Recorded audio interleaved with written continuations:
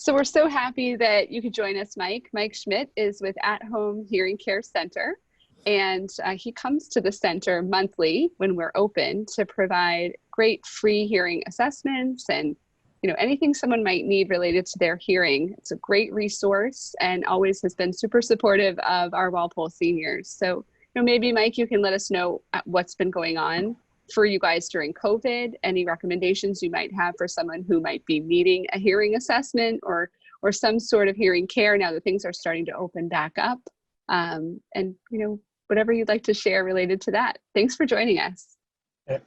Well, thanks for having us, Carrie.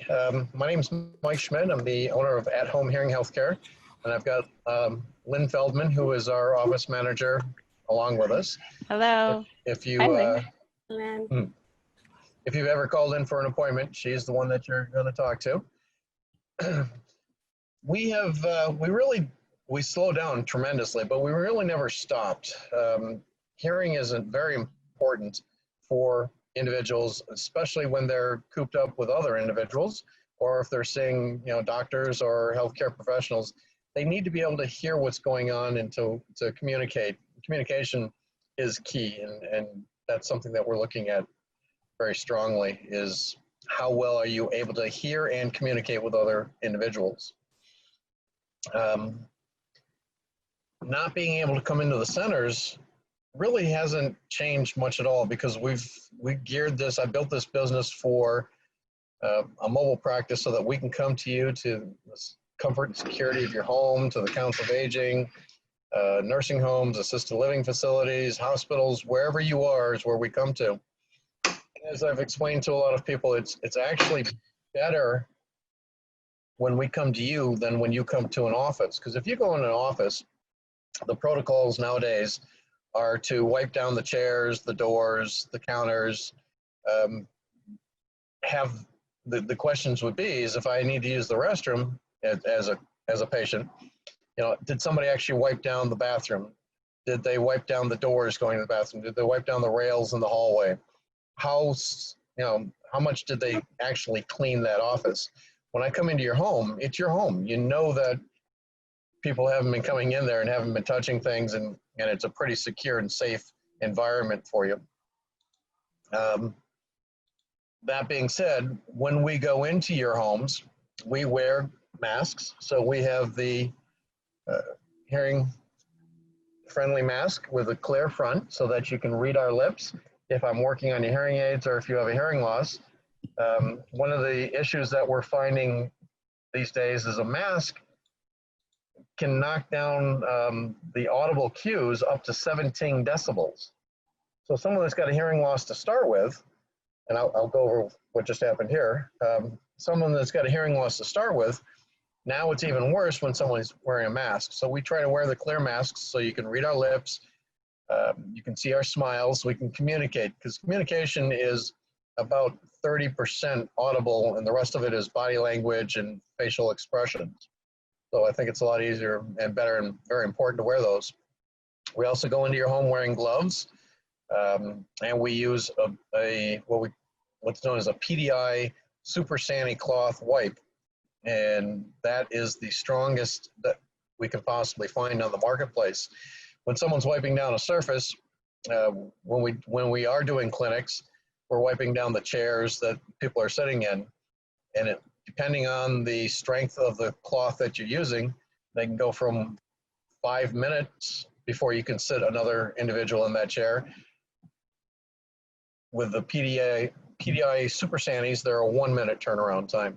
So it's very important to know exactly what's being used, how it's being used, and if it's being used when you're going into somebody's office. So in your home, it's much better.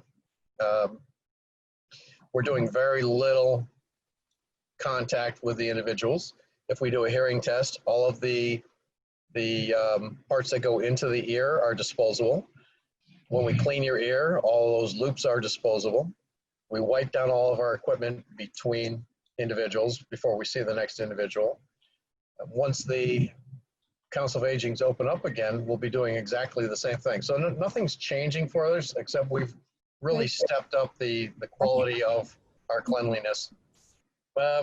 what we're going to do and what we can do for you is we can come in, we can do a hearing test, we can check your level of your hearing. If you have a hearing loss and need hearing aids, we can fit you with hearing aids right in the safety and security of your home. If you have hearing aids and you need them cleaned or checked, we can do that for you. When I'm going into some of the facilities that I go into are still on a lockdown status. So what we do is we just go drive up to right to the front door, open up the back of the vehicle, open up all of our gear, and they bring the hearing aids out to us, and we'll clean them right there at our vehicle, sanitize them, and hand them back to the staff so they can take it to the individual where they're living. We work with all of the major insurance companies. So if you have Blue Cross Blue Shield, Harvard Pilgrim, United Healthcare, Mass Health, we do provide hearing aids for all of those insurance programs. Most of them have at least a discount plan. For instance, Blue Cross Blue Shield, unless you're a federal employee, doesn't really have a hearing aid benefit. But because you have Blue Cross Blue Shield, you're a member of what they call Blue 365, and that gets you a benefit through True Hearing, and we are True Hearing providers. That's about a $2,000 discount for a pair of hearing aids. We're able to provide excellent service in the comfort and safety and security of your home. Mary, did you have any questions? I do have hearing aids, but I don't feel as if I have a problem. I have one on each ear. Yeah. Yep. And have you had them cleaned and checked recently? No, I haven't. Okay. No, I haven't. So what we recommend on a regular basis is that we should clean and check your hearing aids every 3 to 4 months, just to make sure they're operating properly. We never charge for that service. It's always, it's part of our service. We'll also look in your ears to make sure your ears are clean. If they need to be cleaned, we can remove the wax or the cerumen out of your ears for you. Make sure that that's all set. Okay? Yeah. You need to move over there. Mike, I have a quick question. Sure. The masks that you were showing, agreed, a lot of communication with our folks and everyone come from facial expressions. Are you selling those through your service, or is there a resource that people can go to get one of those? We have sourced them, so we can sell them to you. The availability is limited right now, and the price is higher than what it should be. And we need a pretty good lead time to be able to get. I just got a supply in, so I have some right now. But if you need more than one box, my next supply isn't due in until the end of July. And then the next supply they're looking at October. So we're just keeping the orders going because we know it's going to take a while for them to deliver these masks. But yes, we do have the masks available if anybody needs them. And I think it's perfect for the Council of Aging because approximately 60% of your clientele, your residents, have a hearing loss. And only about 20% of them use their hearing aids. A lot of them will say, I really don't need them, I can hear. Well, you can hear what you hear. You're not necessarily hearing what's being said. And then you throw a mask on top of that, and it just makes it that much worse. Okay, any other questions? Yeah. I think that's our biggest concern from our perspective. And I can even feel it myself, is that I rely on some of that nonverbal to help me understand when people are saying, and now we put people 6 feet apart with other noises. It's difficult. For people that can't get their hands on one of these masks, there isn't a whole lot we can do to improve that for them. Right. Yep. And, and I've been able to source them, and it's hard for me to get them. So, I am in a lot of networking groups with people that deal with individuals that have hearing loss, and they're clamoring to get these. So we've been lucky that we were able to source them. I've got 3 different suppliers that I keep ordering from and hoping whoever sends them in first wins. Right. Yeah, it's a whole new world that we're in here. Yep. And it's not going to be done for at least another year. We're going to be doing this, so we need to work with it. We need to figure out how to work with this. The PDI Super Sandy wipes, those are commodity at this point. Finding suppliers for that, and I've looked for other suppliers, and some of the suppliers are saying if you weren't a client of ours before this started, we can't add you as a client because our regular clients come first. So that's making it tough. That is also my experience. Well, as a town, I would think they would be able to supply through the state for you the wipes, masks, what have you. But Well, I think it's like town-wide initiative, and we're not open right now. So I know our buildings team is getting as many things as they can. But myself, I'm not having very much success either. Okay. Well, if you need help, just let us know. We can. Thank you. Regular masks are easy to find. It's these masks are very difficult. Right. You can get the N95s pretty, not easy, but easier than what they were in the past here. Right. The wipes are hard to find. You can get regular wipes, but they're 4 to 5 minute in between individual time. And you need something as you're turning people over on a quicker basis. You need something faster than 4 to 5 minutes. I agree. Very good. Now, we just got a notification that Foxboro Coa is opening. That came through about 20 minutes ago. I think it was Monday, Mattapoisett said that they're opening up. So I think you guys hopefully will Bellingham. be. Bellingham just opened up. Yep, that was last week. Hopefully you guys will be able to start seeing your individuals again because we miss them. We miss them a lot too. of good work with the individuals, and it keeps them busy. Right now, people are bored. Well, we're certainly working within the government guidelines from the state and working with the town to make a plan. We don't have specifics yet, but we definitely are working towards that with safety in mind, of course. Okay. Well, when you are ready to open, just let us know. We can come out there. Everything we do is one-on-one anyhow. We have to maintain patient confidentiality for HIPAA. So it's not like we're going to have group settings anyhow. And like I said, we've got protocols. I've trained Lauren, who is my dispenser, on the protocols, worked with her yesterday on it. In fact, we were over at Beth Israel Deaconess Plymouth Hospital. We provided ice cream for the entire hospital yesterday. Oh. So we served 700 portions of I think it's delicious ice cream from Dairy Twist. $699. 600. What that's right. Who's you counting? Ate one. I ate one, so 698. Delicious ice cream. But yeah, they really appreciated that. Our protocols are in place so that we can work with the hospitals, we can work with councils of aging, we can go to individuals' homes. We are well attuned to what's going on.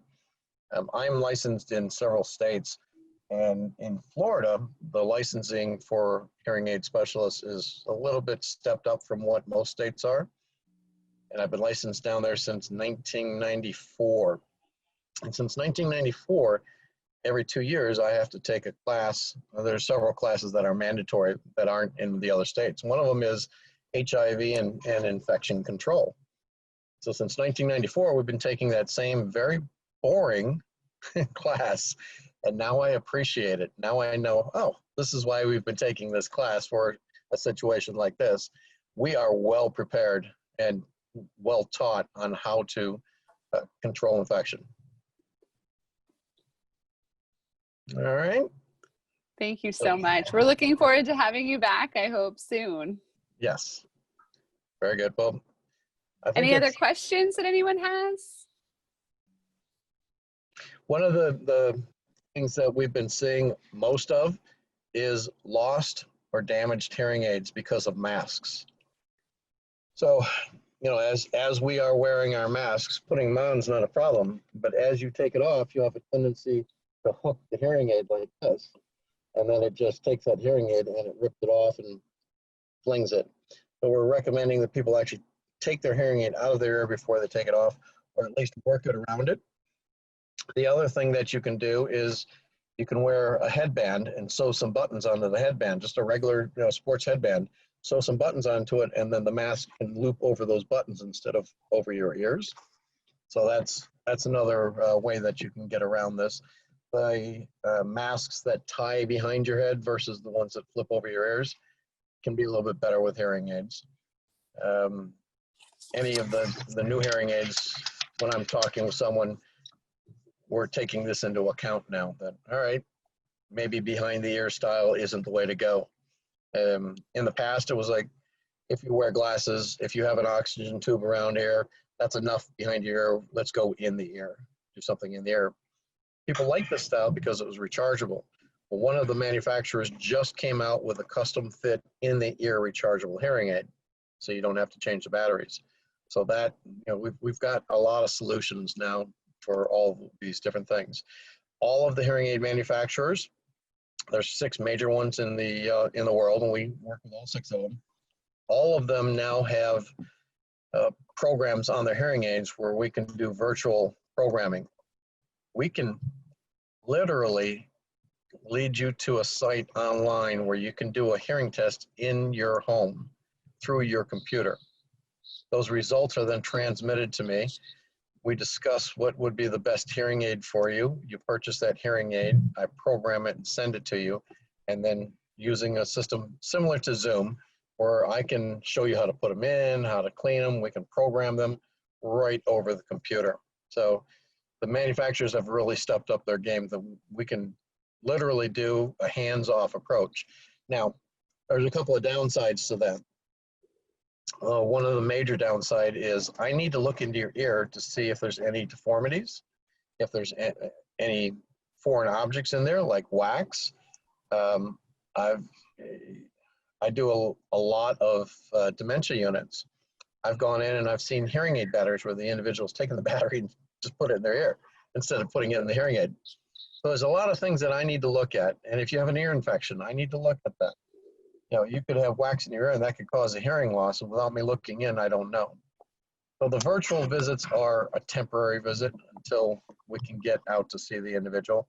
It's not a substitute for it, but it's just a temporary fix. I still need to look in your ear. I still need to do a hands-on, make sure that everything is proper. Well, thank you so much, Mike and Lynn. We really appreciate you coming on today. Last call, does anyone else have any questions for Mike? No? And as Carrie said, we can't wait to welcome you back to the center with all of our other friends. We're looking forward to it. I appreciate you having us on. Thank you so much. Thank you so much, Mike. You're welcome. You have a great day. Take care. Bye-bye. Bye-bye. Bye, Lynn.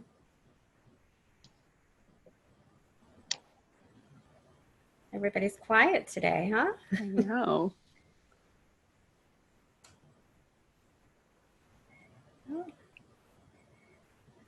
I guess we can wait until next week to chat. Next week, I think we have Alyssa Kaiser, our wellness nurse from the center coming in, which I'm thrilled to be able to see her. That was great. It's been so long. Bye, Mary. Okay. Bye, Mary. All right, we'll see everybody. Bye, everyone. Bye.